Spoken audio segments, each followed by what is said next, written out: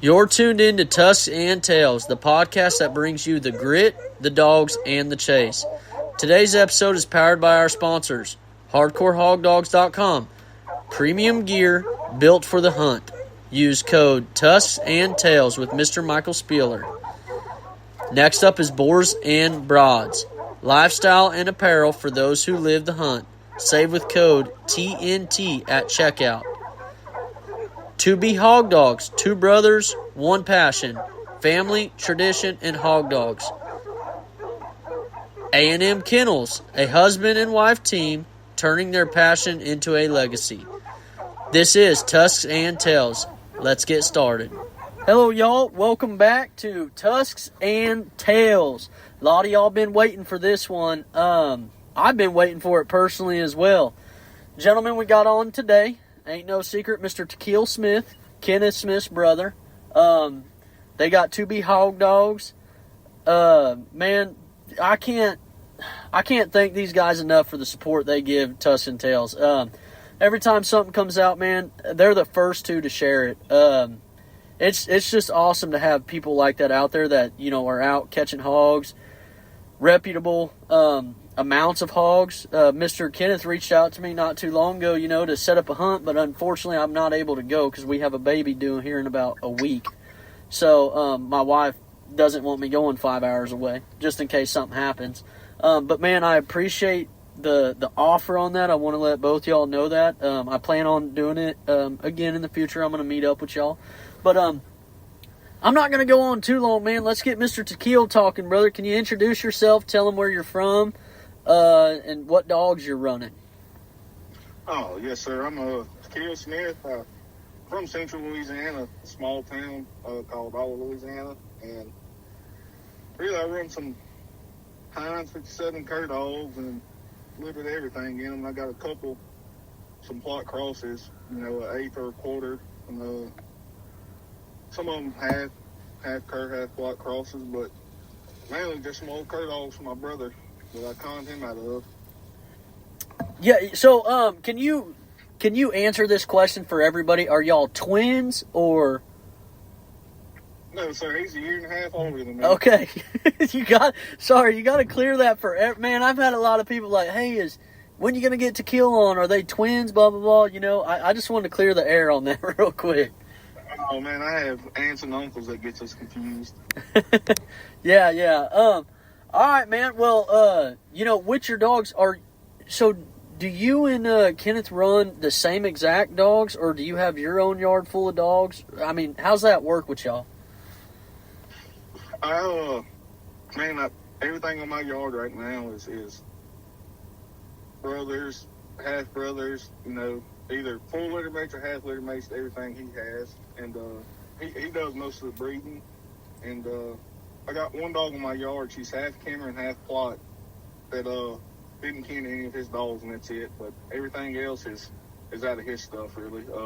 Or the dogs we breed, you know. But yeah, it's the exact same thing. But it's a joint effort. I'm sure you go and help him out as well, huh? Oh, yes, sir. Yeah. I mean, we you know, I got Gyps I breed. We breed together, but like I said, it's the same exact dogs he's running, except for that one. Okay. Yeah, I was curious about that. I wasn't quite sure on how that worked with y'all. Now, do y'all ever hunt separate, or maybe just a different hunting style ever? I mean, let's talk about your hunting style, if you don't mind. Letting them know, kind of, are you a rig guy? Are you a track hunt? I mean, what are you? You know, if I can help it, I'd like to find a good track. I like to track hunt mainly, and with all my dogs, you know, they're short to medium range cast dogs, but they will work up a track. But my personal preference is track hunting. Okay. Track wise on your dogs, just out of curiosity, what's the oldest one they've taken? Man, I'd honestly be lying to you. I really would.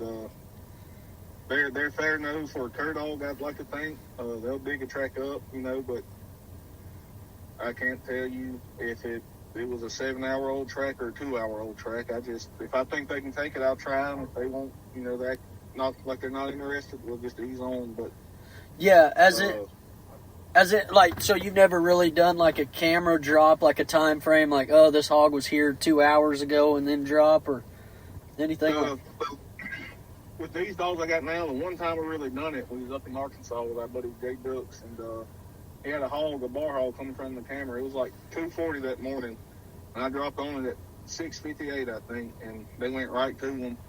And but other than that, I only run cameras. My brother, we got a couple out, or he's got a couple out watching hogs or whatever. But the cameras I got out, I think the last picture I got on my cell camera before the batteries died was like February last year. I feel you, man. I just pulled one up off the river, and the last picture was March 5th. And I was like, yeah. My wife's like, hey, there was hogs there. I was like, I just honestly quit caring, but now I got some 6-month-old pups. I'm trying to get them started up, and that's my honest, method, getting them started out. Now, what's your start method then? If you're really not messing with cameras, do you just run them behind older dogs, or what do you do? Well, a lot of our places, me and Kenneth, it ain't really many evenings we don't ride through and check. I can tell you about where hogs are or should be, and do it like that.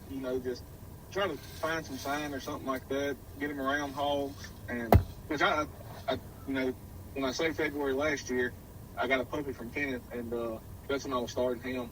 I got a puppy from him right now, and I will put cameras back out for that, just to watch them or whatever. And that's about the only time I do use the camera, but I don't drop right on cameras. I like to get up 200 or 300 yards or whatever, send them to it, back up, just get them used to going to find the sign instead of putting them right in it, right on top of it. Yeah, man, I like that you said that, because in my honest opinion, and I could be wrong, once again, y'all, still newer to this, but this is me learning from myself and from my dogs. Dropping them on cameras repetitively, I believe, sets them up for bad habits. I did an experiment, and I don't know, maybe you can piggyback off of this, but I took one of my other dogs I really haven't talked much about, and I put him on, corn piles after corn piles, thinking that's what I needed to do. And then the hogs were still steadily coming in, but I moved the camera, I got rid of the corn pile, and I let the hogs leave for a minute to maybe, see if he would potentially take a track out, whatever the case may be. But it was like, I didn't drop him right on the hogs again. So he got to that corn pile, and then he just kind of sat there. And I was like, man. And then, it took some little time of the free casting and, throwing them into different areas to actually get them to range out, not look for a corn pile. I can't tell you how many of my buddies on the lease sent me pictures like, hey, your dog just ran through here, messing around at the corn pile. There was hogs there, whatever. So I felt like he was kind of looking for corn piles. Does that make sense? Yeah, I agree with you 100%. When we was getting going in it, I personally think I ruined some dogs by doing that myself, taking the hunt and everything out of them, because I had a couple dogs that got to where if you didn't put them right on top of it, or, they didn't wind it, they wouldn't mess with it. And, which right now, my two best dogs, the cell camera make me look like a fool. I heard you say you like to let them leave for a minute or two. Mm-hmm. If a hog shows up on camera, I'd rather let him leave 30, 45 minutes, then go drop on him, because if he's standing at that camera, and I've seen dogs down there, they'll stand on their head and act like they don't know what's going on, honestly. And, you give it 30, 45 minutes or an hour, they'll go right to him after that. But I do think dropping like that, I think it takes a lot of drive and a lot of hunt out of them. It's to me, in my opinion, the same concept of getting a puppy and just keeping it in a bay pen, showing it a hog, every day. I feel like they get to the point where they expect you to do the work for them, Yeah. And I'm not saying there's necessarily anything wrong if that's your hunting style. I want to be very transparent about that. If that's your hunting style, you want to catch a hog every time by dropping on camera, go ahead, more power to you. But man, I've seen some, not just seen, I've heard, personal friends of mine say that, hey, my dog ain't hunting anymore. I'm like, well, maybe it's the time to sit on a log and drink a beer and just, if your dogs are going to run around, let them do their thing, man. That's one thing I hate is Well, they're so used to catching hogs on cameras and corn piles that they're like, shit, I ain't caught a hog in 45 minutes. This is boring. I get it, but I'm in it for trying to make my dogs better. And, man, if it's a 7-8 hour, not even race to kill, I'm not even talking a race. If it takes 7-8 hours for them dogs to jump up a hog and get it bait up and caught, I'm way happier with that than dropping my dogs directly on a camera in a corn pile. I really am. I think that's my favorite type of style of hunting. The dog's actually working. And I think that's the difference between people that's in it for the dogs and in it to catch hogs. I'm the same way. I'm not satisfied if my dogs, I turn 2 dogs loose, 1 dog, whatever, and in 10 minutes they're 250 yards day with a hog that don't want to run. Now, I want to catch the hog, I don't want every hog to run, but I also enjoy watching dogs work. If they stick with a hog, like you said, 5-6 hours, and say we don't catch him, I'm more satisfied with that than 10 minutes out of the box we got a hog tied up, Yes, sir. Yeah, and I'm glad that there's more people out there like that, because I've had people actually meet up with me for a hunt, just for reference on that, man. And they're like, "Where's your dogs?" I'm like, "They're already out there." And they sat there with me, whether I'm on a sandbar, I'm on wherever, it doesn't matter. They sat there with me, and I was like, "Man, no telling how long it's going to be." I said, "Newt's on it, so I know it's a hog. I mean, he's my snitch dog," and I said, "So I know it's a hog." And it was, I can't remember exact times we dropped the dogs. I'd have to look at the book, but we ended up, my buddy left like 3 hours before that. And my wife goes, "Honey, it's getting late." It was like 11. She goes, "Let's go ahead and call them in." I said, "Nope, we're gonna wait it out." And sure shit, the pig was only like 40 pounds. But guess what? And I don't think it was that same hog the whole time. I'm not saying that. I'm not saying that he lost a track. I don't know what happened out in the woods, and because his GoPro was dead in like, I don't know, an hour. They really don't stay charged as long as people think. An 8-hour race, that GoPro's dead. So, I mean, we he ended up baying a hog, and we got out there and got the hog. So I don't know what necessarily happened out there. Pig, it's a smaller hog. It's a pig. But yeah, it was, but that was one of the best times ever. But my buddy, I sent him a snap of it, and I said, "Well, he finished it out." And he said, "Gosh, damn, every time." I said, "No, dude, it was 3 hours after you left." It just, sometimes it takes time, but, and I know, I'm going to get hectic, that's that 4 mile an hour problem. He was probably on a big hog, but since it's a 4 mile an hour dog, it ran through a sounder and he picked one of the smaller ones off. I have faith in my dog, and I trust my dogs more than I do any single walking human on this earth. So, I don't know, have you ran into any of those experiences by chance? You mean like far as the, your dog not necessarily finishing out a hog right away, and then it turns into, I'm sure you have, but a 10-11 hour race, and people were starting to leave and whatnot.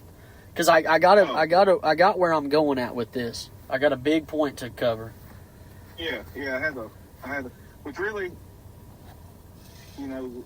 hogs getting back thicker up here. I'm not gonna say we had 10-11 hour races, but I had an old dog, I don't know, probably 6-7 years ago, and there were several with him, and the only thing with him was, once he got started, which we had a 320 and DC 50s, but once he got on one, there was no getting him off. So I mean, I've had several times, but like you just said, buddies would leave, they'd be aggravated, wanting to catch a hog in 20 minutes, and they weren't hog hunters or nothing, but there were several times he'd stay, that dog ran as long as he needed to or had to get bait, and it get annoying, I guess, sometimes to other people who didn't know what they were watching or looking at the dog, watching the dog work, but yeah, with him it happened several times. And I love that you mentioned that. I want to be clear with everybody. I've never had an 11-hour race. I just put it out there. I might have exaggerated that quite a bit, but I've had some longer, 6-7 hours easily. I don't know if it's the same hog. You know, I'm not going to sit here and talk like they're doing some astronomical stuff that they're really not doing. But the point I wanted to cover here is, like you said, the buddies get aggravated, they end up leaving or whatever. Based off newcomers, cover that. How disrespectful, and if you're a hog hunter, you definitely shouldn't be doing that. But how disrespectful it is to leave a hunt early. From the hog hunting side of it, I mean, it'll aggravate me. You know, me and the hog hunting buddies out there, and they do it just because they're annoyed or you know, they don't want to sit there and wait it out or whatever. I feel like that's disrespectful. But on the side of, you know, and I've heard you before, you know, you take people all the time who's never been hog hunting. Yeah. It's still annoying or aggravating, but I think looking at it from their point, not knowing what's going on, not knowing what to expect, you know, I kind of get their point. But at the same time, which I tell people all the time, if you come hunting with me, you know, if we load up and go hunting at night, I'm not telling you we're going to be home at midnight. So if you ain't got all night, if you ain't got all day, just, you know, don't even come. Don't waste your time, because as long as they're running and baying or whatever, I'm sitting out there and I'm waiting. See, I love that. I love the way you put that. I can't thank you enough for putting it that way. You stated, I can't guarantee I'll be home by midnight. For example, I'm letting all y'all newcomers, like me personally, I've never done that. I've never went on a hunt with someone and left early. And, you know, if you leave early and all the dogs are loaded up and everything, you know, that's fine. That's understandable. Like, hey, man, I'm just going to head out. If you want to continue to hunt, that's on you. Yeah, that's there, you know. Yeah, but if dogs are out in the middle of the woods and you're just frustrated because they're running around, you know, and you believe that dog ain't doing nothing, that's when it comes kind of disrespectful. Like, oh, you know, you're not giving me a good time. And I don't know. Am I wording that right, Tkeil? Oh, yeah. I believe you are. I see what you're saying. It's like I said earlier. Those are people that's out there just to put their hands on the hog, whether they've been or not. You know, they want to hurry up. And I think the problem is, you know, Snapchat, TikTok, whatever, people see videos where all they see is dogs baying, bulldogs hitting or whatever, and they think it's, you know, every time you turn dogs out, it's 10 minutes out of the box, all that's going on. You know, I don't think a lot of people realize that I posted a video that we caught 2 hogs, but them 2 hogs was 10 hours of hunting, you know? Yeah. And, I mean, you're not wrong. I wanted to cover that a little bit because I just, like you said, the social media thing, man. Y'all that are, if you want to go out and catch a hog and guarantee you're going to put your hands on a hog that night so you can post it on your story or Facebook or wherever you want to do it, I'm definitely not the one to hunt with. I hunt a whole different style than that. Now, I would recommend going to maybe a high fence or something. You're going to, well, majority of the time you should put hands on a hog, but I know of people that necessarily haven't had it happen. What would your recommendation be, Tkeil, if someone's trying to, you know, guarantee that they get on a hog that day? Ooh. I really don't know how to answer that, being that, I mean, I've had hunts going to places that I've hunted, you know, knowing, I've told people, which now I don't anymore, I had to learn the hard way. I told people, you know, yeah, we're going to catch some hogs here, and it's been a bust, and I really don't know how to, tell them what to do, because you never know what's going to happen, you know? Yeah. And I felt bad because, you know, I took the Colorado and the Missouri guys out, and it took forever to get on the first hog. And I was so proud of them. You know, the problem I'm running into right now, Tkeil, is I ain't got a catch dog worth a damn. And everybody's like, well, go buy you one. That's not me. You ain't catching me doing that. You ain't catching me buying a dog anymore. I'm not being conceited or anything like that. I just, you know, I'm not trying to be cocky, but I got the yard where I want it, and I'm going to start my bulldogs out from zero. I don't want them to have any type of experience just because I want to make them my way. And right now, man, gosh damn, I missed 7 out of the 10 last hogs I bayed. Like, put eyes on the hog, it was bayed, and, you know, my bulldog's younger, and, man, the hogs are just breaking right once he gets there, and everybody's like, oh, why don't you let your dogs run it? Well, one of them was freaking 4 hours later, and I was like, no, I'm going to pull my dog off. And, oh, that's bad. That's very bad, Alan. Well, I know my dog, and I know my dog's going to go find another hog. I just am trying to work with what I got right now, okay? Do you see where I'm coming from? And and honestly, to you, I'm asking you, am I doing something wrong in that? What should I do to change that?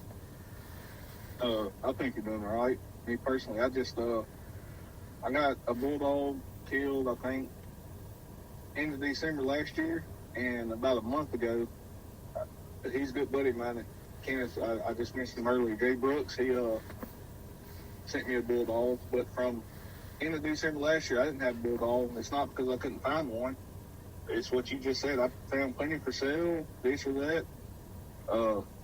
I couldn't find no puppies that I liked or wanted, and that's my thing. I enjoy raising puppies, whether it's bulldogs or bay dogs, but I trust him, and he knows, if he tells me this dog's his bet, that's what it's going to be. But like from January to about a month ago, I went without a bulldog myself, and I think what you're doing is the right thing to do. Like you said, you got your yard where you want it. Just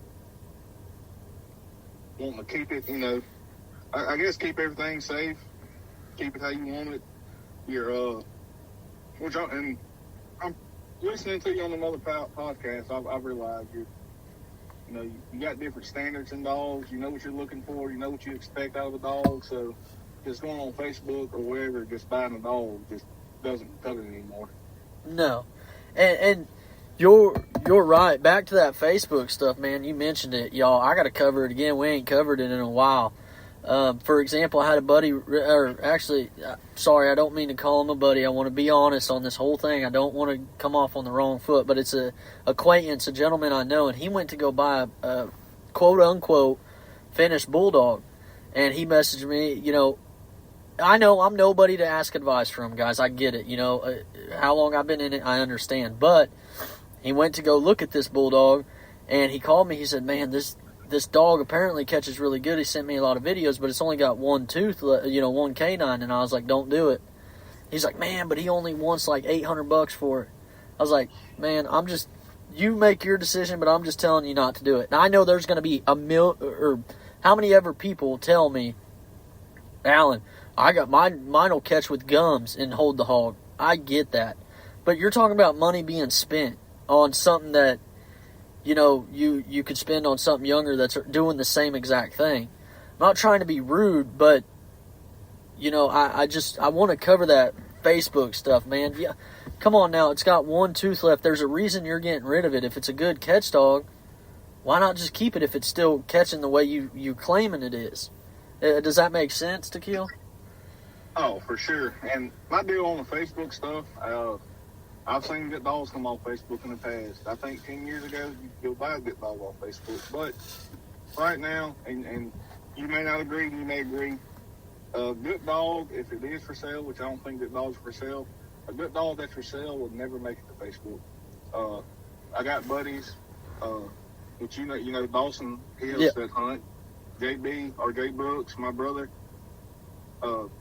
Their dogs would make it to Facebook if they mention about selling them. I'd go get them. I know plenty of people that go get them. Mm-hmm. I think if a dog makes it to Facebook nowadays, it's something's wrong with it. Like you said, there's a reason it's for sale. And, yeah. I've personally seen bulldogs with one or two canines or whatever that would catch, but those old bulldogs, 1 or 2 canines, or whatever the case may be, wasn't on Facebook for sale.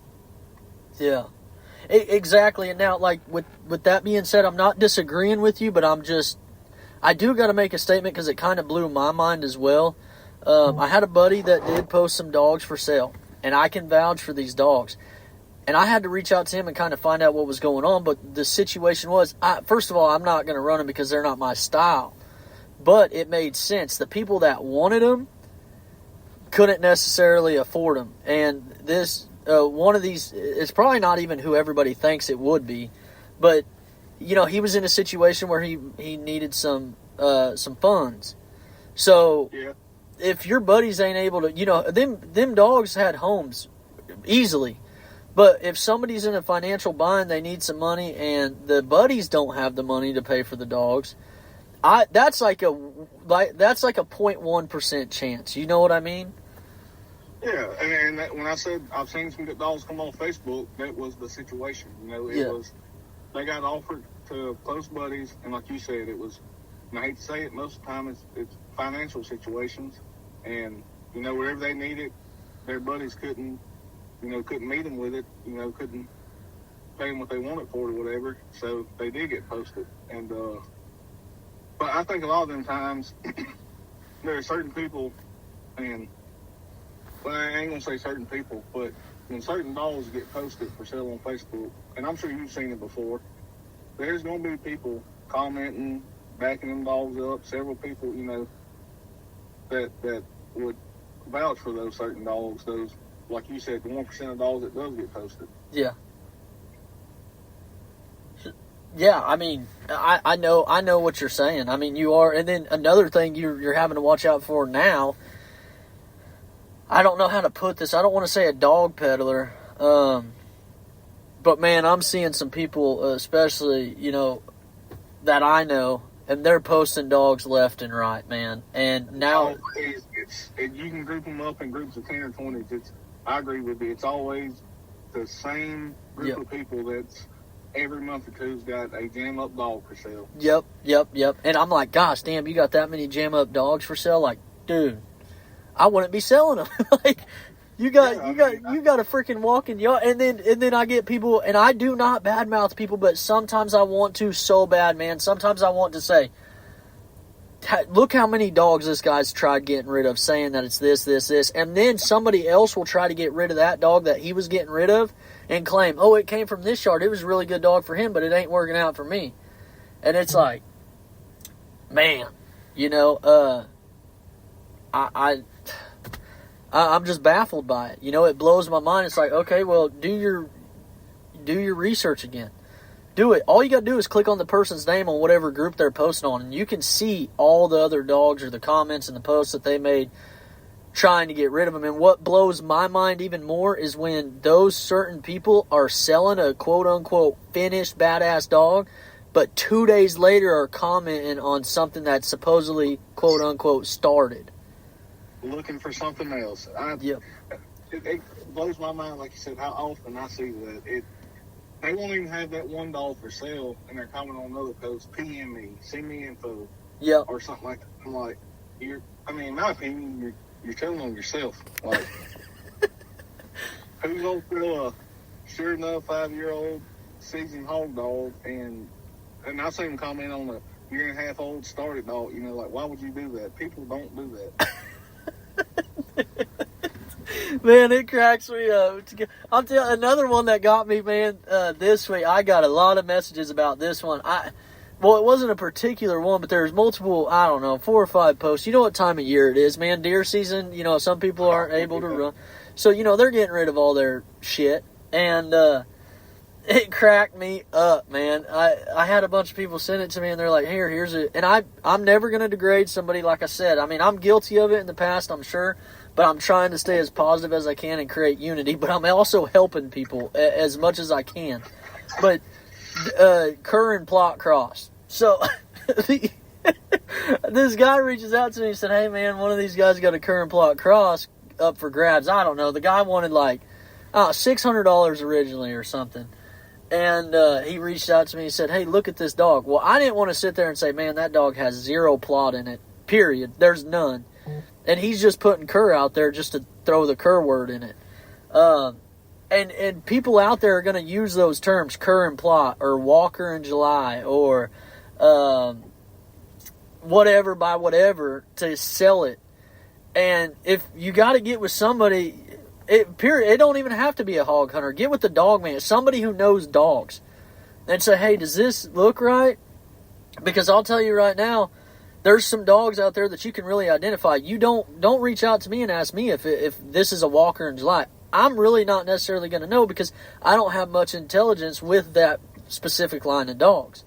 You see what I'm saying, Tkeil? That shit cracks me up, man. Oh, yeah. And what I think the case of that is, you know, running dogs becoming popular.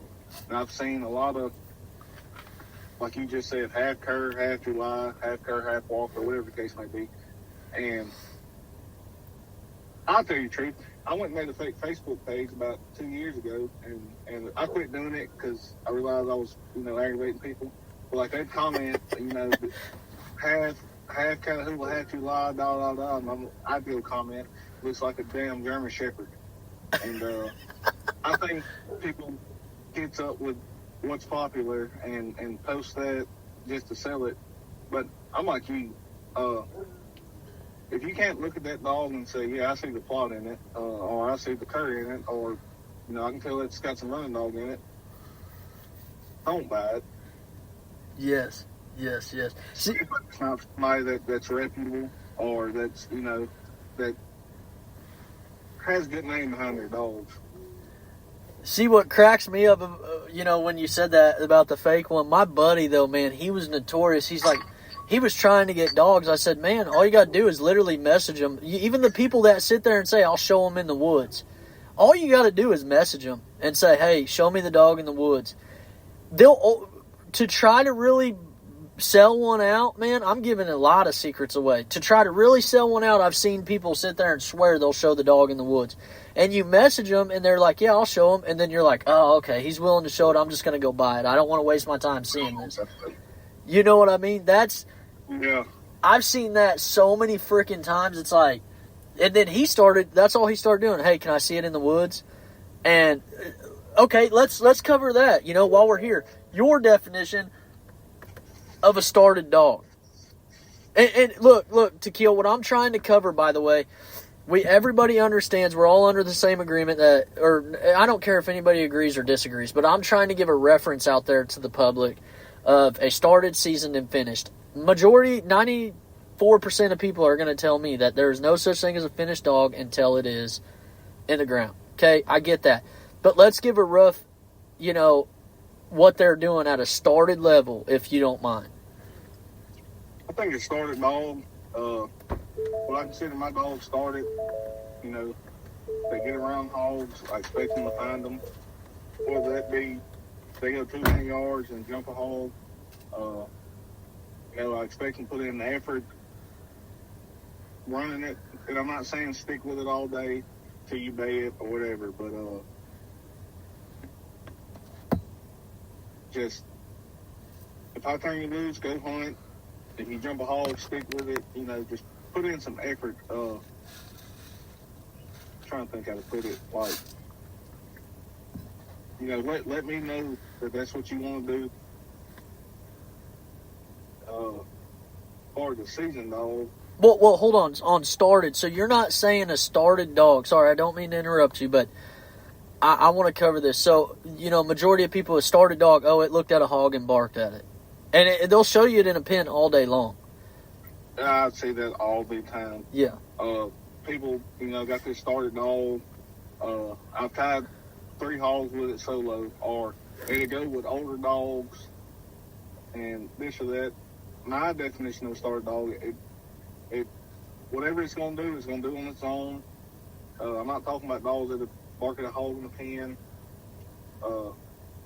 I mean, I think personally, whatever you expect out of your dogs, you know, if you got rigged dogs, I think your dog should be trying to rig hogs. If you got track dogs and you drop a started dog on a track, it just shows you some effort that it's, you know, trying to figure it out. Like I said, I don't expect a quote-unquote started dog to finish every hog that gets on, jump every hog I put it around, whatever, but which me personally, when I'm getting dogs going, like I told you about the camera earlier, I'm going to put them where hogs are or have been recently. I'm going to set them up for success, so I expect them to, do their part. Yeah. So let's go into the season then. I think a seasoned dog is a dog that gets, that whatever you expect out of them, as far as however you hunt, they're consistent at what they do. Like right now, I got one dog I consider seasoned. I got several that find the hog, but I got one dog right now that if I turn him out, he goes and makes his round and comes back, we can load up and move on. There was nothing there that he could smell. I think seasoned is just personally a different word for consistent. Yeah, yep. And I'm not disagreeing with you on that. I like how you kind of put season. Now, how many hogs, for reference, do you think? So, let me ask you this. Are you saying that dog should be doing it solo? Or, can it go ahead and run with other dogs? Or what are you referring to as that? If we're talking hog dogs, I think you should be able to do it on its own. The way my dogs hunt, if I turn one dog out, they're gonna do what they're gonna do. If I turn two out, if I free cast one dog, the reason I said my dog's short to medium range. If I turn one dog out, they hunt 500 to 600 yards. If I turn two out, they're gonna hunt a little deeper. And say I turn three out together, they're just gonna run out of the country. But yeah. It like I said, I think it depends on how you hunt, but I'm trying to think how to put it. Yeah, I personally think if it's a hog dog, it should do it on its own, Yeah, okay. And I don't know if I just asked you this. I might have, but I'm still I'm looking at it right now. I'm thinking about it. How many hogs do you think it should have under its belt at that season level?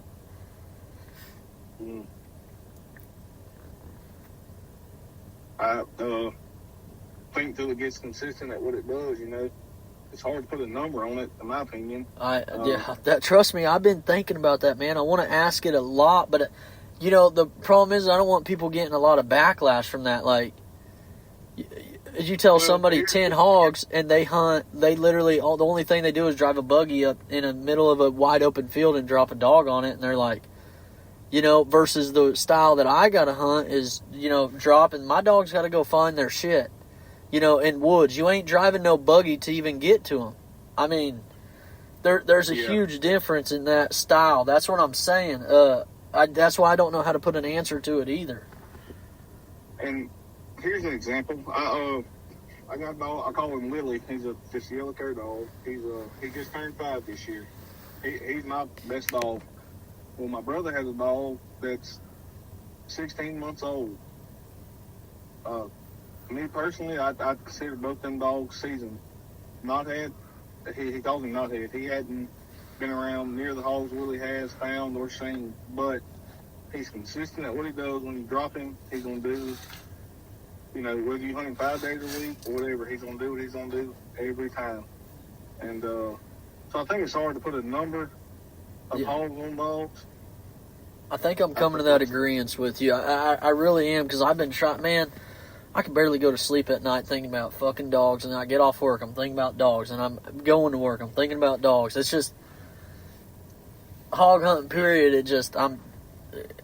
The dogs aspect, trying to get answers for everybody like that is just, I've had a lot of people ask, how many hogs should a dog have? I said, gosh, damn, you got to throw a lot of factors into that. What kind of terrain are you hunting? How many hogs are in that area? And then you're going to have the argumentative people. A majority of them are the sight hunters, I'm not talking bad about them. That's just their hunting style, but it's easy for y'all to go out. And I've been there. I've went and hunted it. I know it is. I have so many people that want to argue that. Sight hunting, there is no disagreement that is a million times easier than your dog actually having to cast out and find a hog. I don't know. Do you agree with me on that, Tkeil, or am I just trying to stir up a pot that I don't need to stir up? Oh, no, I agree 100%. Me personally, I've went on those sight hunts, and the difference is my dogs, like, literally, they don't, they don't even see the hog. They're already rigging and headed straight to it. I mean, it's like I don't see there's much cover. Or nothing really. They say, oh, it's going to take a lot more scent where the pig goes rubbing up on stuff and whatnot, and it's going to drop a lot more scent. And where you're at, I'm like, I don't know. I feel like an open field is a lot easier, but that's an argument for another day. So yeah, it is hard to put a number really on it. I've been trying to figure it out. Now, finished, doing it consistently. Finished. You give your definition of finished. I am one of them ones that think a finished dog is finished, when he's dead. But at the same time, I think if I had to say a whole dog's finished, I think a finished whole dog would be a whole dog that's done it, in my terrain, your terrain, has bait hogs everywhere there's hogs to be bait, or it's finished, because it, just like me, I've been hog hunting several years, but I learn something new often. I think a dog learns something new on every hog he gets on, I believe there can be a finished hog dog. It's just if that person wants to put in the work to finish him. And like I said, that, in my opinion, that involves going and the mountains, the bottoms, the thickets, every kind of terrain you can cover as far as a finished hog dog. That will be a hog no matter where you put him. Yeah, I like that. I mean, I do. I like that answer. I really do. I think I've covered it with, a few others, and that's a good answer, man. I don't really know where to put the finish level, I guess I could say. I still haven't quite figured it out. I want to tell you and everybody else that I think a finished dog does it every time you drop them, no matter what. But who am I to say that, I mean, you're right. In my opinion, you're right. I think the finished hog dog's going, no matter what the circumstances are, he's going to get bathed. When you drop him, you'll find him in front of the hog. That's what I think a finished hog dog is. Yeah. And, okay, so, let's ask this real quick. I mean, is there anything else you want to cover on that real quick, or you good on that? Oh, sure. Yeah, we're good. All right, so let me ask you this. You got some new guys getting into this, and there's quite a few that are listening. They want me to cover on how to really be able to get into contact with somebody reputable with reputable dogs, and to be able to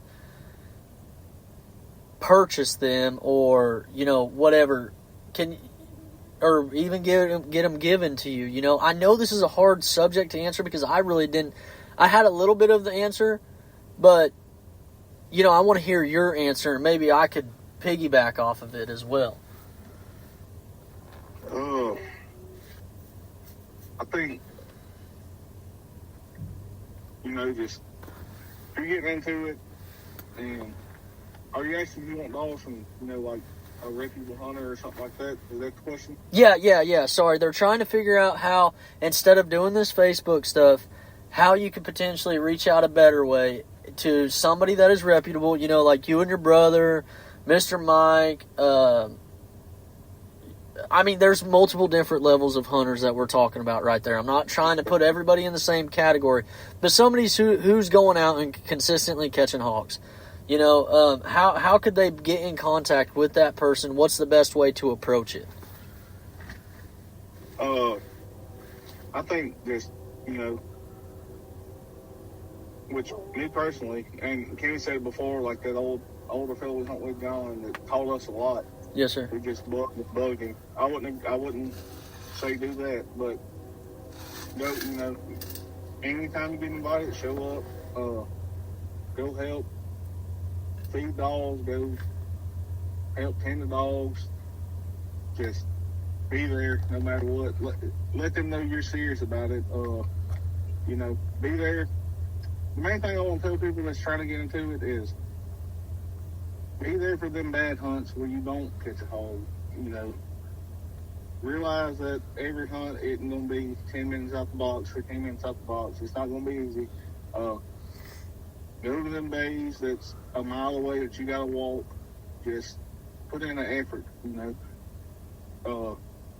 be there for the dogs. You know, if they do their job, do yours. If you're going to be in with somebody like that, I think you just got to put in a lot of effort. Treat their dogs like they're yours. Like I said, you know, if you can go over there every day to feed, to water, to do whatever, do it. Clean out kennels, whatever you got to do. Just effort. Yeah. Yeah. Now,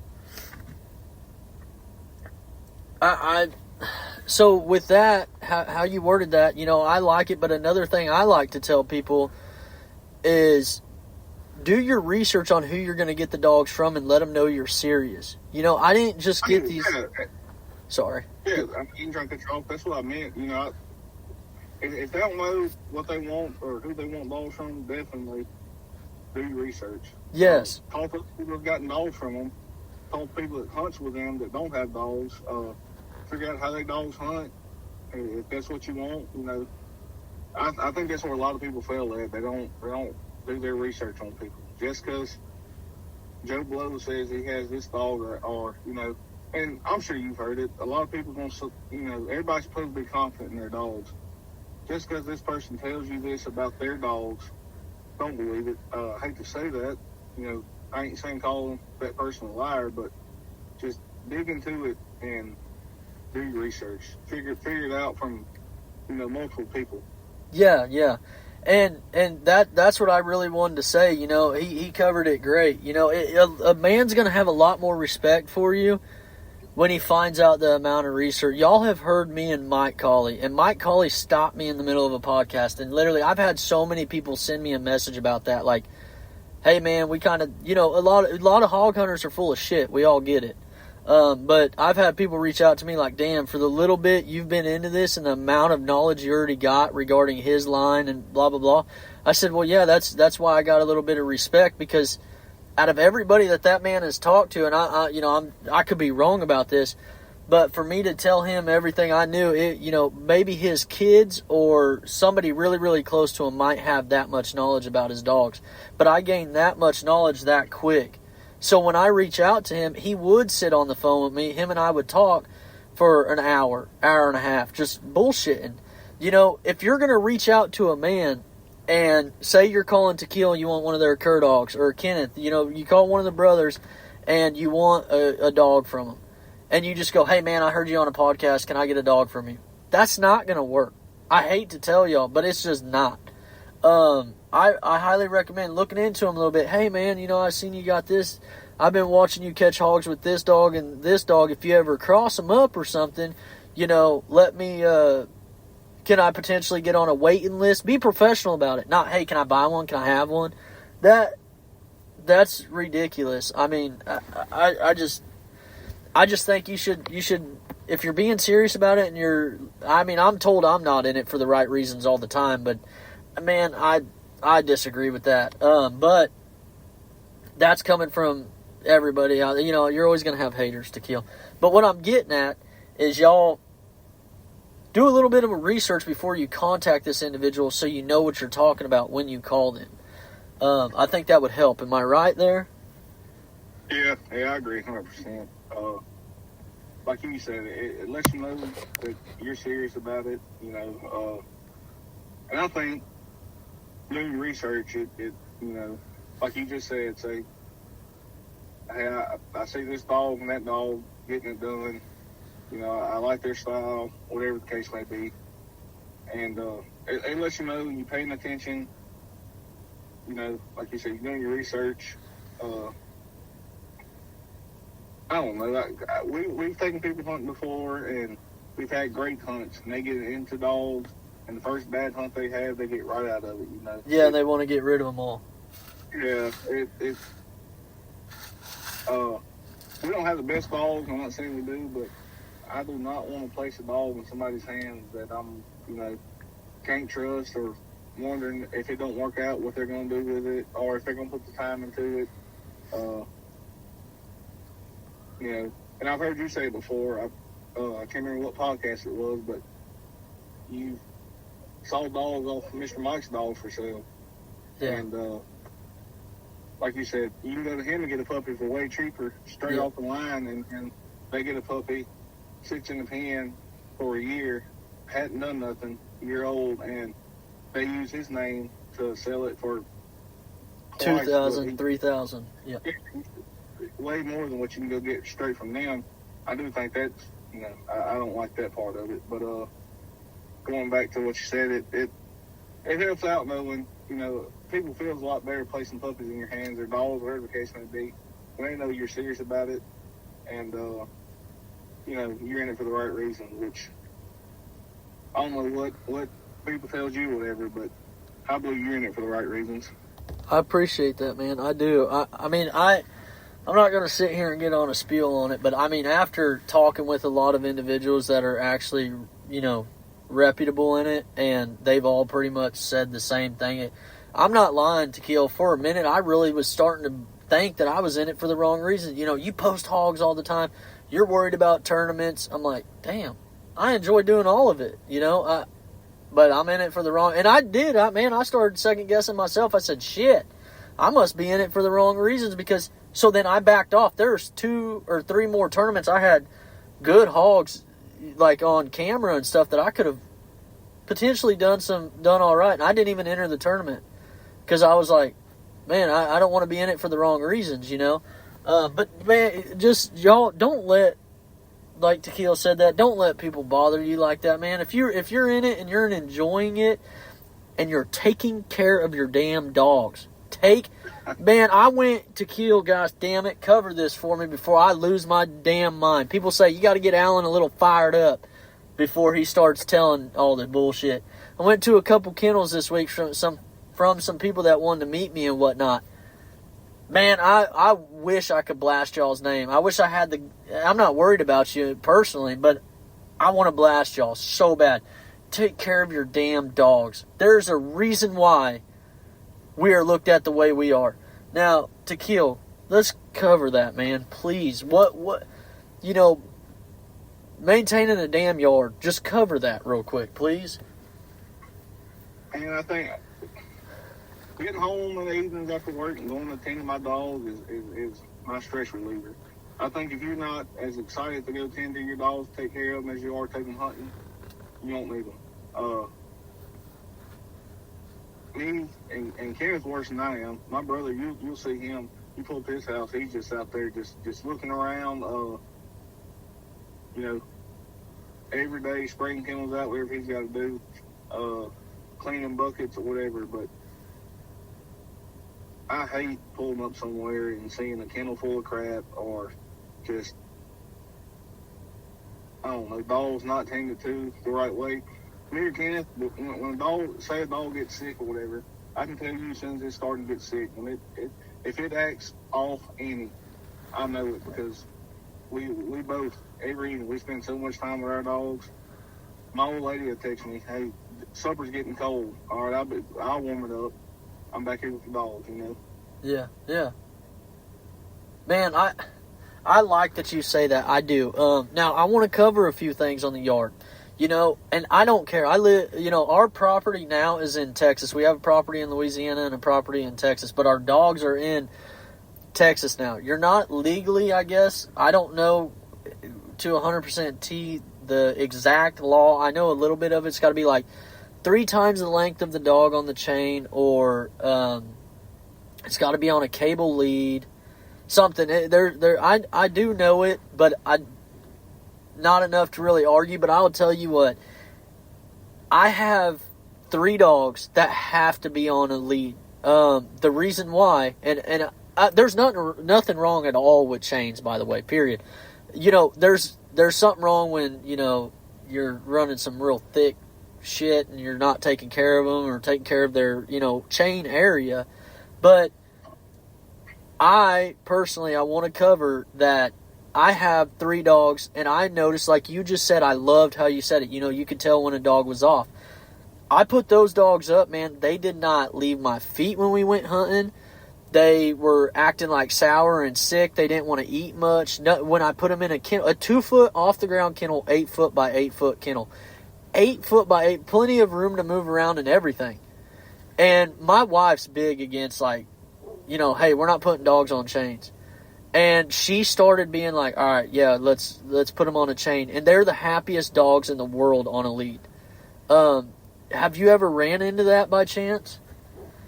Right now, I got dogs that they're, like you said, they just shut down. They're not sick, but yeah, they act sick in the kennel or they act sick on the lead. I got both, you know, me and my brother both. We got dogs on leads and kennels. Some of my dogs is happiest on the lead, and some of them does better in the kennel. I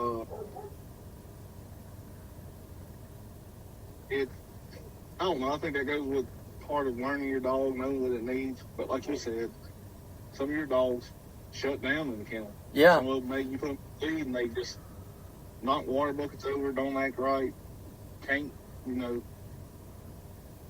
keep your food bowl right, or whatever the case may be. But I think that goes with them. Tending to dogs, spend time with them, and learn them. But no, I got both. I got some dogs on lead and some in kennels, and I'd love to have all my dogs in kennels and everything. But some of them they don't do good in kennel. I don't know why. I wish I could figure that part out. But like you said, some of my dogs just don't act the same in kennel. They don't hunt the same. I got one dog, my little dog. He was depressed and put him in kennel. That's what I was about to say. My wife says it the best to me. She put it the best way. She said they just shut down. She's like, pull them out. Because I'm big on, like, I want to make sure everything. I don't. Deep down, I'm going to be honest with you. I don't agree with the single dog in a chain or in a kennel. If I could have them all in the house, I would.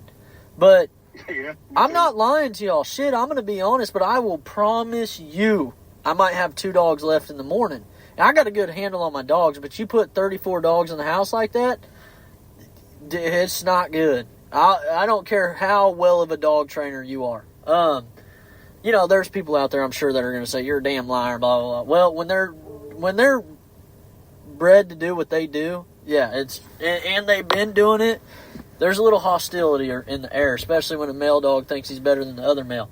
But, whatever. You know, that's all besides the point. Now, shutting down, you know, that's a big thing, and I do pay attention enough to my dogs that I could say, all right, look, this dog ain't acting right. And this might be a huge tip for y'all new guys out there, including, you know, I wish I would have known this. I didn't know this at all. I was taught myself. But my dogs taught me this. When they shut down in that kennel, they didn't hunt. I mean, never. So I was like, whatever, put them on a lead, as in, like, I hate to put it this way, but like a punishment. Get on a lead. You're not going to have this nice kennel if you're not going to hunt for me. Then I started finding out that was a reward. Then they were out hunting and, I mean, like, producing. Like, every single time we went, they had energy. They were wanting to go, blah, blah, blah, blah, blah, whatever the case may be. And then that's when I started putting in my mind, all right, pay attention to how these dogs act in kennels. It's not a punishment going on a lead.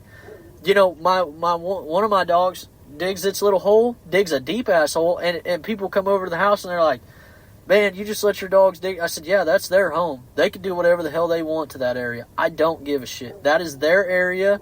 You know, I'm going to clean it and whatnot, but if they want a freaking 7-foot, 8-foot hole in the ground, which is exaggerating, you know, maybe a couple feet, and they want to dig a big old layout area, they're welcome. But they're in shade. They're got plenty of water, accessible to water. Their kennel, or their barrels, because I use barrels, by the way, they're all off the ground. They're off the ground by like 1.5 feet. So they can jump up into that barrel and be in there, or they can go under the barrel if they want like a second protection of, you know, rays, like sun rays, UV, period, whatever y'all want to call it. I don't care. But paying attention to your dogs, like Tkeil said, I think is a huge thing. Now, when you're watching your dogs, Tkeil, let's get into this. Are you checking when you go out there, are you checking their feces and their pee, and, you know, are you honestly looking at that before you start cleaning anything, or what do you do there? Yeah, I mean, I watch it. I'm not going to say I watch it the best, but if it's not, you know, easy to clean, because even on my chain spot dogs, I rake the chain spots, and they do good about keeping it clean. But if anything's off about it, try to catch on to it, tend to catch on to it. If, you know, a dog pees in front of me, whatever, and it just seems like they're dehydrated, or whatever the case may be, I tend to catch on to it. Like I said, I try to watch it the best I can, but I'm not going to say I'm the best at, you know, paying attention to it. But Well, what about, okay, when I say feces-wise, are you paying attention for, like, runny stool, you know, maybe some blood? yeah, that's what I'm saying. Yeah, if anything's off, you know, if it's not, because for most of my dogs, I got, especially my ones on the lead and some in the kennel, they use the bathroom. Luckily, the older dog I got, they use the bathroom. They're good about using it in one spot. But I've learned that if something's upsetting their stomach, whatever the case may be, you know, it'd be like I walk back there right now and it's just crap all around their chain. Something's probably wrong and it's going to look a little off. You know, it ain't easy to clean. It ain't hard or just easy to spray out. If they're in the kennel and it's like you know, runny or just whatever the case may be, yeah, I watch that a lot. So, as far as their stool. okay, so what are little signs, you know, to tell? I mean, if y'all don't really, you know, if you take them to a vet to find out or whatever, but what are some signs to tell you what different do you have any advice on, like, to, you know, different looks of their feces to be able to tell whether it's roundworms, pinworms, hookworms, tapeworms? I ain't gonna say, you know, I'm not no vet, but like when it comes to roundworms or tapeworms or something, if it looks a little bloody or if it's runny, I don't know how to explain it, but I think personally when you look back there, you can tell, you know, as far as roundworms and tapeworms, stuff like that, it bloody looking and, you know, I hate to be nasty, but just liquidy looking, you know, diarrhea, whatever you want to call it. If it ain't solid and easy to clean or whatever, I kind of get worried, you know. Yeah. No, I mean, I just, like, what I noticed, I could be wrong as well, and I could be pointing people in the wrong direction. If somebody wants to help me with this, they can, but I've noticed, I take them to the vet. I still take a fecal sample, which luckily my vet works with me to where I can take a fecal sample. But what I'll do, you know, like a bloody or runny-ish stool, not like pure blood coming out, but that's more or less like hookworms. When I'm running into the issue of, and I've seen them under a microscope, so, you know, we can look under a microscope and kind of tell, but if it gets too many, I can't tell personally, so I'll just take a fecal sample to the vet, you know, a cotton swab, wipe the ass, whatever, you know, however you need to do it, and take it to the vet, and they'll charge, you know, my vet just works with me. I'm not going to get into what they charge me, but, you know, I know, okay, this is potentially hookworms. I get there. It's not always parvo. Clearly, these are like, if it's an older dog or whatever. I haven't really had a worm issue lately, and we'll get into that here in a minute. I mainly had that in the beginning when I started buying dogs from people. But I think I pretty well got the yard under control on that side. But, you know, I was running into a bloody stool runny, kind of was hookworms. Tapeworms, you were really always kind of able to tell when they pooped out. It could be solid, but you'd see like a flat piece on the worm. You know what I'm saying? Yeah. And that flat piece was more or less the what I would consider literally a piece of tape you put on it and keeps squirming away like a snail. And then, you know, roundworms and pinworms and all them, I really haven't been able to quite tell them necessarily apart, but like, you know, there's different ways to cure them hookworms, tapeworms, pinworms, and whatnot, and to get rid of them quickly. Now, hookworms, you're not necessarily, from my experience, you're not going to see any type of visible worm. It's going to be, like I said, that bloody, runny-ish stool. Runny. Yeah. Am I correct on that, or am I just throwing some bullshit out there and pointing people in the wrong direction? No, you are, and like I said, I think if you watch it close enough, and I can't walk back there, me personally, I can't walk back there, look at it, you know, say their stool's off or whatever, and I can't say well, it's this worm. But I know it's something, you know, it something's up with them, or whatever the case may be. But, Yeah. no, I think you're pretty accurate with it. You know, I hadn't dug in as much to it as you have, but if you watch close enough, I think you'll be able to tell. Yeah. I mean, yeah, I was curious on that. So then let's actually, hey, we're halfway through. Tkeil, can I get all your shout outs, please? We're at the roughly halfway. Shit, I don't know, 3/4 of the way. Depends on how everything goes. What you got any shout outs for everybody? Oh, yeah. Just my buddies I hunt with, and they know, you know. My brother, my old lady. I luckily got an old lady. She don't really bitch about how much I hunt, when I go hunting or whatever. Just really my buddies. Like I said, my buddies, my brother, and my old lady. And that's about all. Okay. Well, I appreciate that, man. Now let's jump into it. Can you talk about your worming method and hydration, man? Your brother covered it. I got to cover this for everybody. I promised everybody I would do this at the end of each one, or towards the end, you know, after the halfway mark. Can you cover, you know, some like just medical tips regarding dogs? As far as wormer, about 6 months ago, I saw it and I ordered it and been using it, and so far it's working pretty dang good. I don't know if you ever heard of it. Uncle Jay's All Wormer. I don't know if you saw it on Facebook or seen it. It's covers all worms. It's got ivermectin in it. Jason Myers sells it, and like I said, so far it's working pretty good for me as far as the wormer part of it. Hydration, I'll put, you know, soak their feed, whatever the case may be. Just think, if we go hunting off, say we come hunting with you, like you said earlier, 5 hours away, Yeah. and we pull up.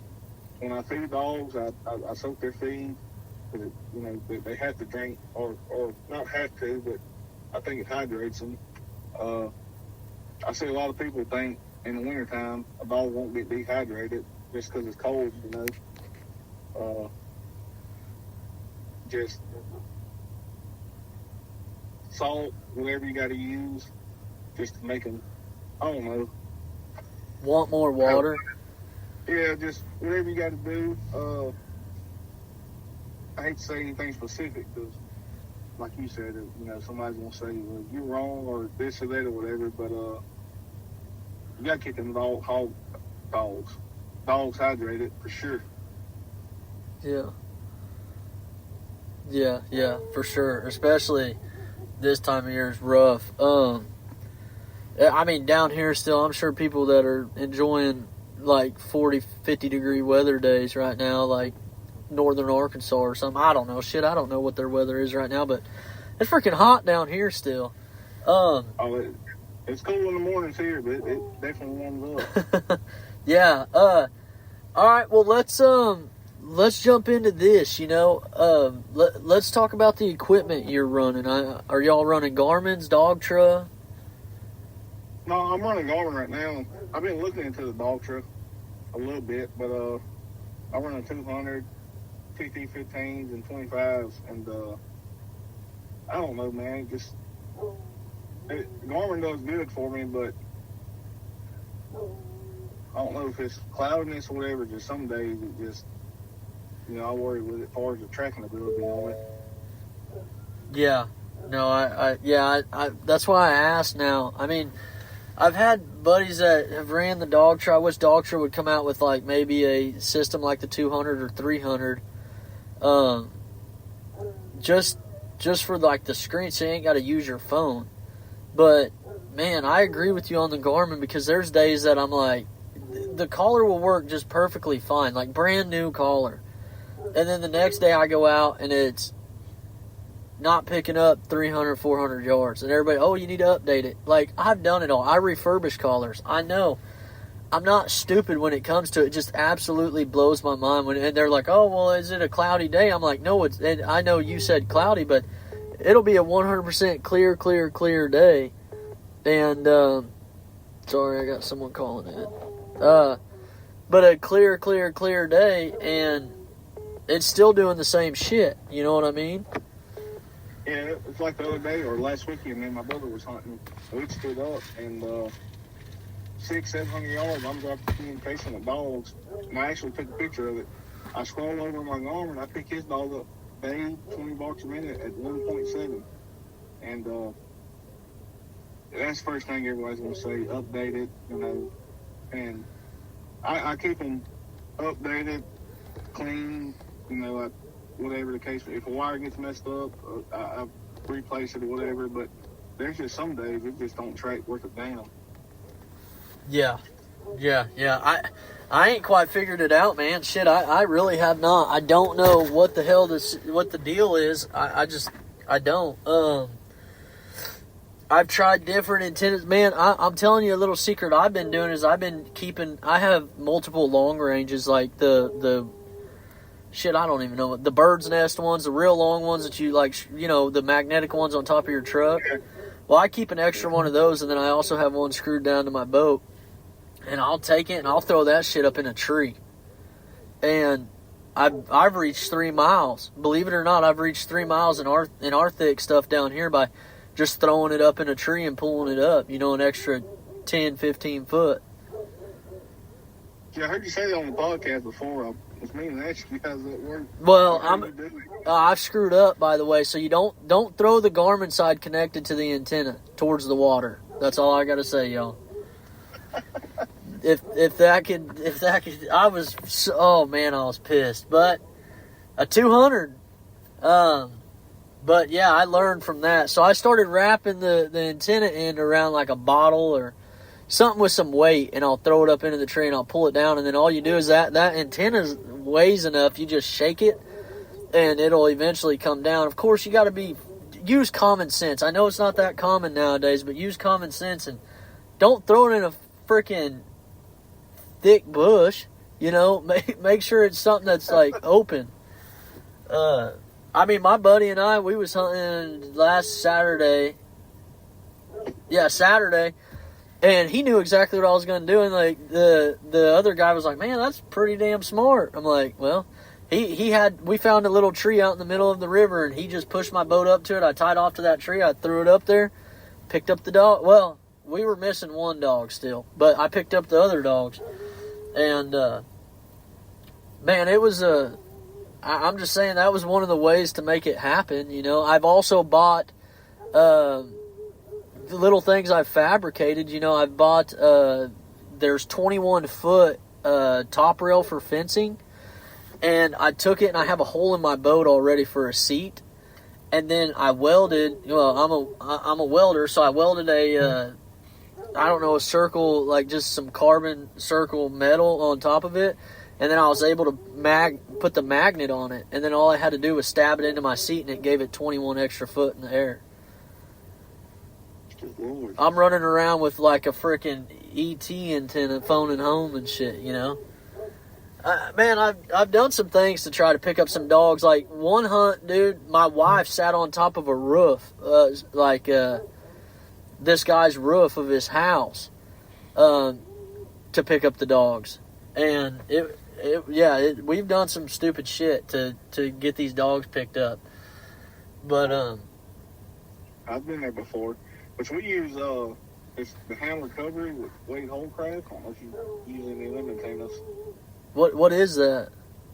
It's a normal magnetic antenna, but he's got 4 prongs at the bottom of it too. Yeah. And they seem to pick up pretty good for what we use, you know.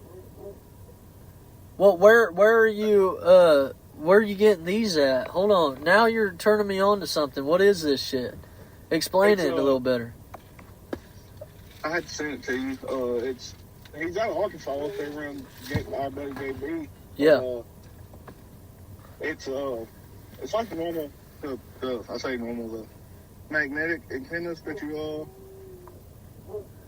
I know what you're talking about. Yeah. Yeah, except like I said, he had added. It's 4. Well, the little spring thing meets whatever towards the magnetics. It's 4 more antennas sticking out of the bottom of it. And they're pretty long, but we hunted with him one day. He showed us pictures of bear hunters because he seen them all over. I mean, they were picking up 6-7 miles. Gosh, damn. That's the type of shit I need right now. Like I said, if you look up Hammer Cover Outdoors, that's the one I use. That's where I got it from, the last one, and it makes a hell of a difference. Yeah, I'm gonna have to look into that. I've been using the Buzzard's Roost or the Roost. I don't know, some shit like that. You know, the one you can get on anywhere. Shit, I don't know, man. I've done some shit to pick up some dogs. Like, I don't know. But yeah, whatever. I mean, we can sit on Garmin and talk all day long and bullshit about it. Now, Tkeil, I gotta ask you, man. Let's hear it. Tell me some stories, man. I want to hear a good one. I want to hear like the craziest shit that has ever happened to you in the woods, to where you were like, gosh, damn, I better rethink about this whole hog hunting career I got going on. You think? Because hog hunting career, work messes with my hog hunting career. I don't know why it does that, but work screws up my hog hunting career all the time. But you think? It made me went blank.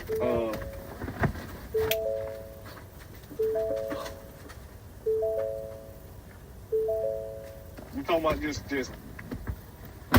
something made you want to quit hog hunting, or just what? No, it was like a sketchy moment in the woods. Like, oh shit, maybe I really shouldn't be doing this. I guess, yeah, man. Yeah, I'd seen your picture of it. It was I can't remember what year, maybe 2020. We had a real bad ice storm come through, and which the area. I heard you on that last podcast. We don't really get a bunch of snow or ice, even that sticks or whatever. But me and my brother turned down on a big track, and my jet went in there and she baited, and she ended up losing it. Well, Kenneth used to have 2 half pit, half cur dogs that was really nice. They were fun to hunt behind. Well, anyways, he sent the ones in there, and it blows by my jet, goes about 700 more yards and shows bait. And we get in there, send the litter mate to him. If you sent one, they'd bait if you got in there, and then they'd catch on command. But if you sent both of them, they pretty much catching where they ran up on. But anyways, a big boar hog walks out. He went 274, had about 3-inch teeth, and slid down in the embankment of a creek. And my brother got down there and legged him. We was gonna try to get him out. Well, I was trying to get down there and help him. And when I slid down that creek, I was about 2 inches from his mouth. He's sitting there chopping his teeth. And I told Kenneth, I said, man, please don't turn this hog loose. Because the banks were, I'm 6'2", and they were twice as tall as I was. I said, I don't have nowhere to go. It's 30 degrees. Freezing. We're waist deep in the creek, knee deep, whatever it was. And he said, I can't promise I can't turn loose because I can't feel my hands. Oh, shit. He's a big boar hog. I sent you a picture of him. And that was one of them moments I was like, man, what am I even doing out here? God. When if I slid down 2 more inches, I'd land on his head. And I've been cut up by him, but that's one of them moments I was pretty scared. Gosh, damn. Man, that's I don't know, that's pretty crazy. Now, what was Kenneth saying? Like, was he not freaking out at all, you being his brother and shit? Yeah, he which I'm a little brother, so he, He's like, pussy, get up. Yeah, when I slid down there, which, like I said, I didn't do it on purpose. I was trying to get behind him, but it was ice on the ground. I just slid. Where I fell in the creek, it wasn't on purpose. What the hell are you doing? You could have landed on it. You know how it is. He was freaking out. I said, just don't turn him loose. He said, well, I can't promise I can't because I can't feel my hands. God. And, he didn't turn him loose, luckily. Yeah, well, shit, y'all are some big boys. I hope not. Shit. If y'all don't know how big Tkeil and Kenneth are, y'all got to look them up. You ain't got to worry about a hog getting away from these two, I promise. These old boys ain't no joke. Now, all right, Tkeil, let's go into another story I really want to hear. I want to hear your most memorable hunt, yours specifically. Oh man, it don't even have to be a good hog or nothing. I want it to be a good story, a good meaning behind it for you. well, my most memorable hunt probably ain't got a good meaning behind it, but it was a fun hunt for me. I was 14 or 15. I didn't have a driver's license. I got home from school. My mom used to have a long four-door Jeep line, so I loaded dogs up in it, took my brother's bulldog. We bait a hog, me and a buddy, and I done some dumb crap, but I sent the bulldog from like 800 yards. It was the middle of the summer. He about had a heat stroke. We caught the hog and everything, and when I get home, my brother found out what happened. The reason it was most memorable for me, or the one I remember the most, he hit me with his lunchbox, all kind of crap. He was at work. He wasn't too happy about it as far as most memorable hunt. But I think my most memorable as far as good time, we did Dingler back in 2020. Yep, this is your... Didn't put a piece of corn out or nothing. And then 2 pink turtles I'll tell you about my brother had. We entered it last minute. Had a dang good time. We ended up winning it. I think that was the first stringer in that hunt that went over 1,000 pounds. Had like 40 teams in it. And that was actually the first tournament I ever done. My brother had done a couple of them. But just overall, man, it was a good hunt, good time. I tried asking your brother, by the way, out of curiosity, do you know how much y'all ended up winning? Or did he end up saying it was a benefit or something? Yeah, it's a benefit. Okay, that's right. I didn't. Pots, but like I said, it was just last minute. I mean, we entered it 2 hours before the deadline, and like I said, didn't feed nowhere or nothing. It just turned out to be a good hunt. We was just hunting for the fun of it. We was off work, both of us. Yeah. Hell yeah. Shit. Man, I like when he talked about that too. I was like, gosh, damn, that was badass, Now, when y'all go, I gotta ask this. When y'all go together, do y'all argue and shit like brothers, or how's that go? Man, you'd be surprised. Me and Kenneth probably had 2 fist fights our whole life. No shit, that's it? That's it. Damn, y'all are... We're each other, but we're not like most siblings. We don't really get into it. So you're telling me y'all been brothers this long and y'all ain't ever fist fought over a hog hunt yet? No, not one time. We almost did. He had an 8-month-old puppy out there, and I'm ready to hear this shit. We went hunting one day, and he turned loose. And he had a dog named Grizz, that probably the best dog I've ever seen hit the ground. And about 7 or 8 months old, his litter mate relayed after they bait a group of hogs, and he was kind of feeling around, kind of hung up in the hot sun, I guess you'd call it. Well, Kenneth wasn't too happy with him, and I said something to him, and that's about the only time we ever fist fought in the woods. We didn't, but it came pretty close to it. But other than that, I mean, I'm sure if I did something just dumb, it'd turn into it. But like I said, so we don't really get into it too much, anyways. So I mean, how do y'all hunt together? Like, I'm very curious about y'all's hunting method. Like, are you dropping dogs together? I mean, I know y'all have a plan already, but kind of explain your plan. Like, all right, you mentioned his dog, his best dog. You've talked about yours. Are you dropping them two at the same time, or are you dropping one with puppies, one with the other? Like, how do y'all do it when you go out? Well, my best dog and his best dog's both pretty solid track dogs, so we will drop them two together. And which when I go hunting, I don't carry no more than 3 bay dogs, and that'll be 2 seasoned dogs and a puppy. Most time I show up with 2 bay dogs, so I'll turn them 2 out, or he turns his 2 out. But if we find a track, something like that, he'll drop his knothead dog, and I drop that woolly dog I got. That's about the only time we honestly drop together. Other than that, me and him hardly ever have dogs on the ground together. But like I said, I run 1 or 2 dogs at a time. He does the same. So. Huh. Okay. Well, I mean, is there ever any, like, I'm trying to get some confrontational shit between you and your brother. I know y'all have to argue or something, like, hey, we shouldn't drop here, or hey, let's not hunt this today, or damn it, I want to drive my truck, Any of that shit go on? Yeah, like, which we don't just fist fight or nothing, but, like, we're No, yeah, just the funny shit. We want to hear that. Like, and I do it a lot, and I got a real bad habit of, it's really Kenneth and, Dawson. Yeah.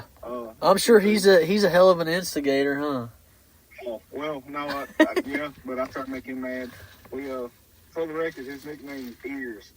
But, I see it all the time anyways on Facebook. We'll be riding, and we're trying to get to a certain point, say we're after a certain hog, and if a dog starts winding, well, I'm going to turn them out, and they get mad about it. Kenneth will get plumb mad about that. Let's just go up here and check first. And I just turn him out. He don't like that. He'd rather go watch one hog.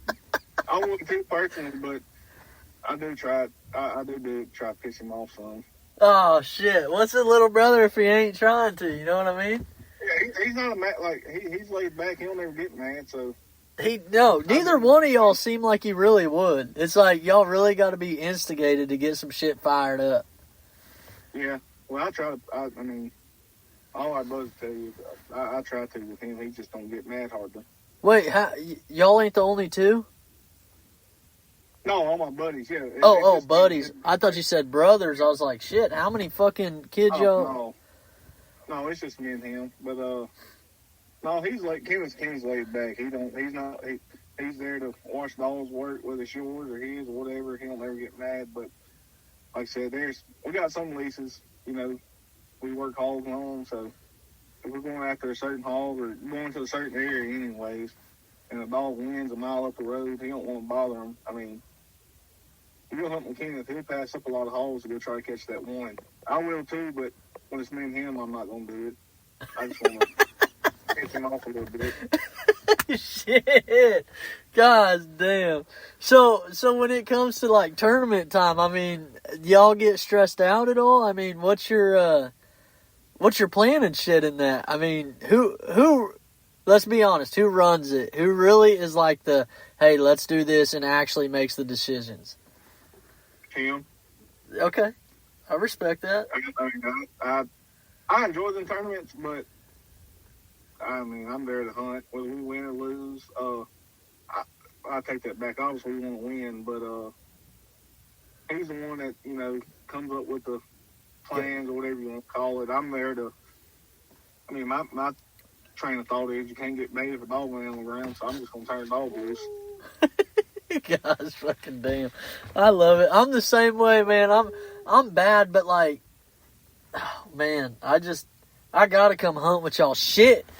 If he would have messaged me like freaking 2 weeks ago, I'd have been there, man. And I was literally sitting and like debating if I'm going to have to get a divorce or if I'm going to have to, like, dude, I'm serious. I was like, fuck. And I left him on red for a minute because I was like, it had to be right now when he asked. Because, like, or not asked, he invited, it's very welcoming, man. That's like, I can't appreciate that more. And when he was like, come on this Saturday, I said, motherfucker, you had to ask right fucking now, I wanted to, and then, I did. I ain't gonna lie to y'all, shit. I asked my wife, I said, hey, how far can you go right now? And she's like, no more than 2 hours. I was like, gosh, fucking damn. I said, is there, like, any exceptions? And she's like, where are you going hunting? I was like, well, Kenneth invited me to go. She's like, yeah, no, She's like, there's plenty of hogs around here. No, she didn't necessarily say no by any means. She said, I'm going to be honest with everybody. You know, I tried talking it up a little bit. But she did tell me, she said, you can go, but I would really prefer you not to. Now, if anybody has a relationship, what the fuck does that prefer you not to mean? No. Go ahead. Go ahead, motherfucker. Try it one time. Yeah, go ahead if you want to. Yeah, see what happens. I mean, shit. Hey, was it this past Saturday? The what? Was it, when he texted you, was it this past Saturday? No, he texted me.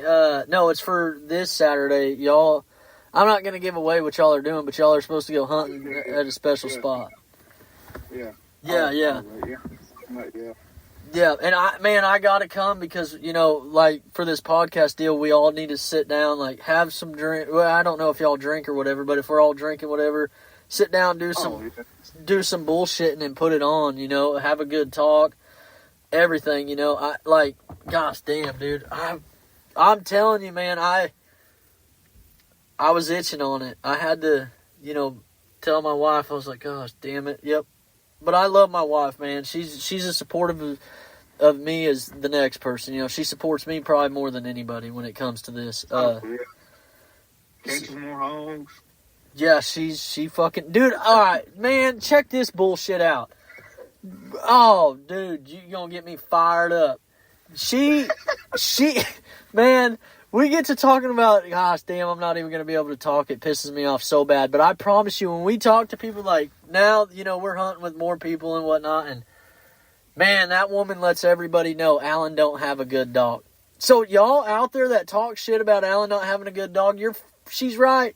Alan don't, because guess who owns those dogs? She does. And we don't have, you know, it'd be like, not the same equivalence to you and your brother, but, you know, we're married. So, yeah, they're ours. And I've not talking shit, but I put in a lot more work on these dogs, whatever. But she picks them, and gosh damn, can she pick some good dogs. Because I'm being honest with you, I only have one dog that I could take out and find a hog that I personally picked. Now, I said, hey, we need to keep these ones, and then she fell in love with them and said they're hers. You know, but man, she's good at picking them. Gosh damn, she is. And I'm telling you right now, do not get on her dogs. She's picky about people we hunt with, you know. She's like, hey, I'm trusting my dog. She'll tell you straight up, like, no, my dog's right. Like, he's going to find a hog. And she's right. That dog does it. I mean, I'm sitting there, I'm like, honey, this damn dog's been doing this for this long. She's like, shut up, just give him a minute. All right, guess what? She's right. Fucking dog ends up... They end up turning out and doing their... But it's that mama being there type shit, you know? They're like, I promise if I took them out, they would fucking sit at my feet for 30 hours. But mama gets out there, it's game on, you know? They're like, hey, we're going to get treats and shit the whole time we're here. But, yeah, I can go on that all day. But, man, yeah, I really wish I could be there this weekend now. Oh, shit, I got off on a tangent. I don't mean to do that. You know, what we were talking about, I don't even necessarily remember exactly. Oh, yeah, y'all getting into arguments and shit. Do y'all, because clearly I'm sure you've heard my wife and I get into them plenty. Do you have anything else you want to cover on that? No, not really. I mean, like I said, we don't really get into arguments. I heard the story about, you know, when y'all was on the sandbar and you took a little longer. We do stuff like that. You know, when it comes time to get a call or whatever the case may be, if one of us a little later, we'll get a little aggravated or whatever you want to call it. But no, yeah. I don't really argue like that. But yeah, I got called a lot of names in that situation. Yeah, see, I'm like her. I'm really, you know, in that situation, let's go. Kenneth's one of them ones. He's laid back. He's going to take his time. One thing about Kenneth, it's Dawn's Bay, and he can drive 100 yards to them, but it's going to take 30 extra minutes. He's going to do that. Like, you know, we can walk 600 yards, and if we drive up on them, they're going to break. The bay's going to break. But if they're going to break, they're going to break regardless. Come on. He is one of them. Yeah, Ryan, you know, Boars and Broads, Ryan said, man, it cracked me up about that. I knew what he wanted to say. How my wife called me a fucking pussy. Like, dude, I was like, God damn, my own fucking wife.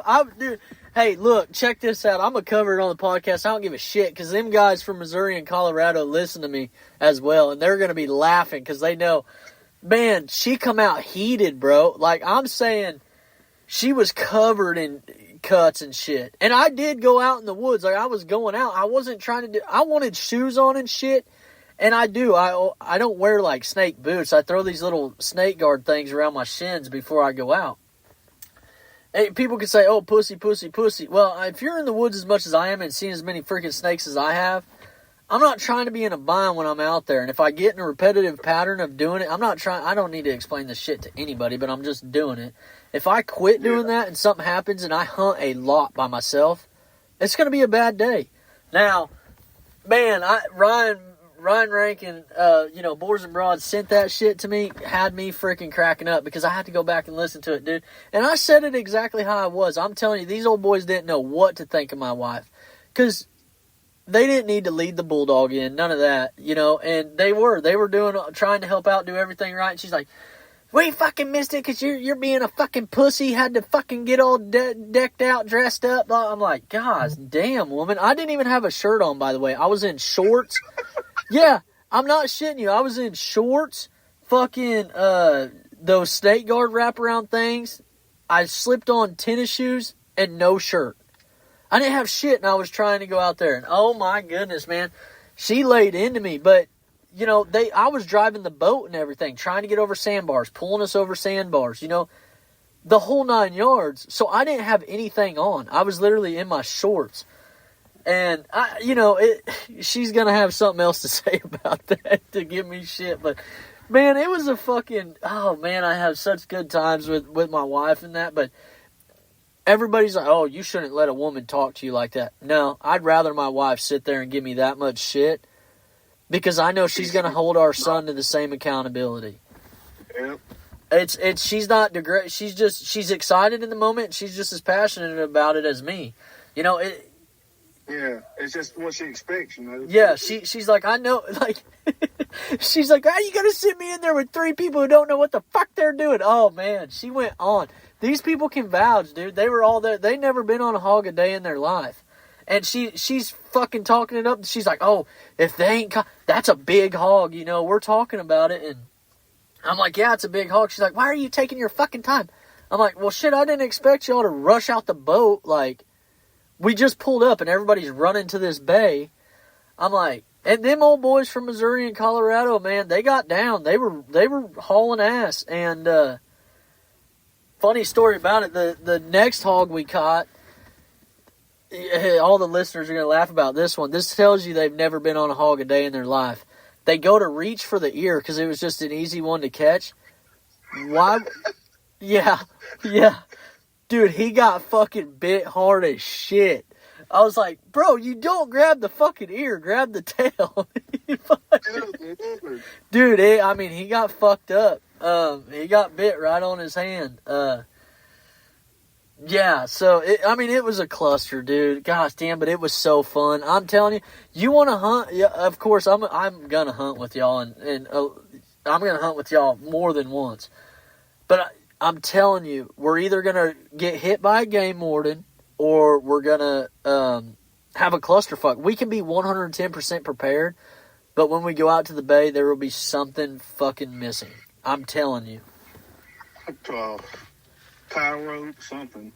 Dude, it's bad, man. Like, the big one, my wife, another one, the most recent big hog we caught, I'm hauling ass out there is like a mile. And I get out there, whatever. I'm like, caught hog, ball. I'm screaming like, come on, come help me. Everything was organized. We had everything, but they caught it in the, like, you can hear it in the video. There was no land. Like, we're in, I don't know, waist deep water, maybe a little deeper than that. I just don't want to over exaggerate. And man, you couldn't get to shit. Like, there was no dry ground, period. And that was the only thing that made it a clusterfuck because, of course, we were organized. So, just giving you a fair warning, Tkeil. Sorry, I didn't mean to take over and start talking. And oh no, those hunts, like you just said, those end up looking back. Those end up being the good ones. Yes, sir, for sure. Now, is there anything else you would like to mention? We're coming towards the end. I just got a couple final questions for you, and we're gonna wrap her up tonight. Oh no, just whatever you gotta ask. All right, and your brother, it took him a while on this one. What is your favorite dog of all time? It don't have to be a hog dog. It don't have to be a hunting dog. Just what is your favorite one of all time? My favorite one would be an old dog I had called Boot, and they're hard to find now, but he was a registered Ladner Blackmouth, and I got him when I was 13 or 14, and the story behind him. I watched a movie where the red fern grows. Yes, sir. I wanted me a dog some kind of bad, and I'd had a little money saved up from working, and I sent the money order for a spayed, house-trained male blue tick. My dad found out. He didn't let me get him, but I went and got a Ladner Blackmouth. Picked him up at 6 weeks old. I started out coon hunting him, which Ken told a story about him going to find them hogs got out, and he ended up liking hog hunting more than that. But I just don't think there was no reason I should have had a hog dog as good as he was back then, But he's definitely my favorite. He set the standard for me. I had hog dogs or dogs that would bark at hogs before him, but he was the first hog dog I had. About one of the very few that I consider a hog dog anyways. Huh. So what story struck you, to pick that one? It was right there right outside of between Bastrop, Louisiana, and Crawford, Arkansas, where I went and got him. We pulled up to an old barn, and that man had 4 puppies left. Well, those 3 puppies was laid at my feet, and there's this one little, like I said, they were 7 or 8 weeks old. There's this one puppy out there. And the 30 minutes we stood there, he got stomped on by a pony, jumped on by another dog, hit me when I picked him up. Just when I picked him out, just his attitude, and he was different than the rest of them. And like I said, he just ended up being a phenomenal hog dog. Damn, I like that. I do. So. Going into the last one, is there anything else you want to cover on that one? Oh, no, sir. Okay, so last one. What would you want everybody to know you for? I mean, in the dog world. I know, we get into what would you want your family to know you for, whatever. No, what would you want everybody to know you for in the dog world?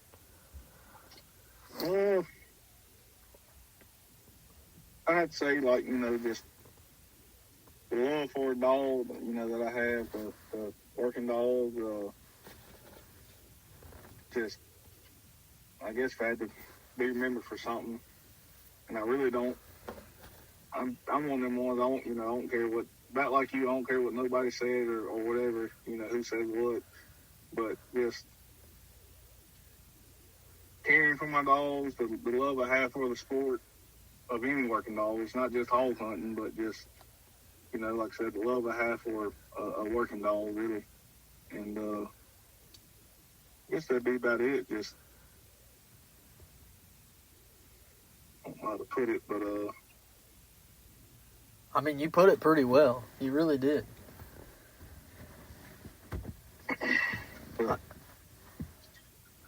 I mean, I like it, man. I do. You and your brother, man, it's like a dynamic duo. Like, the first time I met y'all was at tournament, of course, but then, I think I added you first, and then I added your brother, and I was just, looking at y'all. I was like, gosh, damn, man, these seem like some real good family folks. Like, they're good people. And the way y'all held yourselves at the tournament, I mean, just upstanding gentlemen, great guys. And talking to y'all, shit, you don't give a shit who you're talking to. You're going to bullshit with everybody. It was just awesome. Yeah, that was a good tournament there. And I will say this, too, on y'all's end. At the moment, talking to y'all, meeting y'all percentage of yourself, like people have been at it for a while. I would have never known you just, you was fresh into it too. Just, watching everything, how y'all handled everything, that was pretty impressive. Yeah, I appreciate that. I do. I just, man, I'm still new into it, but I try to, I'm trying to learn every day, and that's why I talk to people like you and like your brother and everybody I do, man. Y'all share knowledge. Like, you might not think it is. I tell people that, they're like, man, I'm not going to be able to share some knowledge that this person is. Bullshit. Man, if someone were to say that, that would be me. Being in it for almost 2 years, I should be like, man, I ain't shared no knowledge. I hate to tell all the viewers out there, and I'm not being cocky or conceited on this one, but I've had a lot of people say, man, you have taught me some shit just from what you've said. And I'm like, well, just because I wasn't a hog hunter for 15 years, I've been around dogs long enough to be able to give some advice regarding dogs. So I want to be clear about that for everybody out there. But I really do appreciate that, Tkeil. I do, man. It means a lot. Oh, and, I've heard you say before you was in the lab world, it doesn't have to be hog dogs or deer dogs. You can't tell me you haven't taken something from when you used to work at labs and put it into your hog dogs and it didn't work, Yeah. It's just being a dogman, which I think very few of left. I'm not one, but I don't consider myself one, but it's just knowing dogs, knowing what, outside of whatever the game they're running, just, you can talk about handle, and we can go on and on about that, but just, like I said, being a dogman, or whatever you want to call it. Yeah. Yeah, no, man, I think we did good on this one. Now, I already done bugged your brother about it as well. I'm going to stay on your rear end as well. I got to get both y'all on.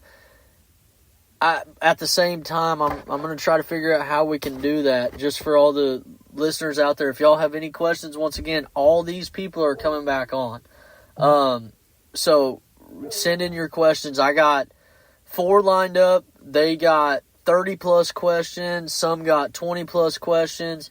If y'all got specific questions for Tkeil, Kenneth, whatever, I'm going to do them separate. I'm going to try to get them back on again at the same time, y'all. When the big seasons come around, like late January, early February, all the way into March, I don't care. I'm probably going to go way lower on the podcast because I'm going to be focusing more on running dogs. I take off 2 months of work just to run dogs. So I just want y'all to know that. So I'm going to try to get them on probably together after that, but I'm going to see if I can't get them pinched back on before main season kicks off. But we'll stay in contact. Tkeil, is there anything you got left to say, brother?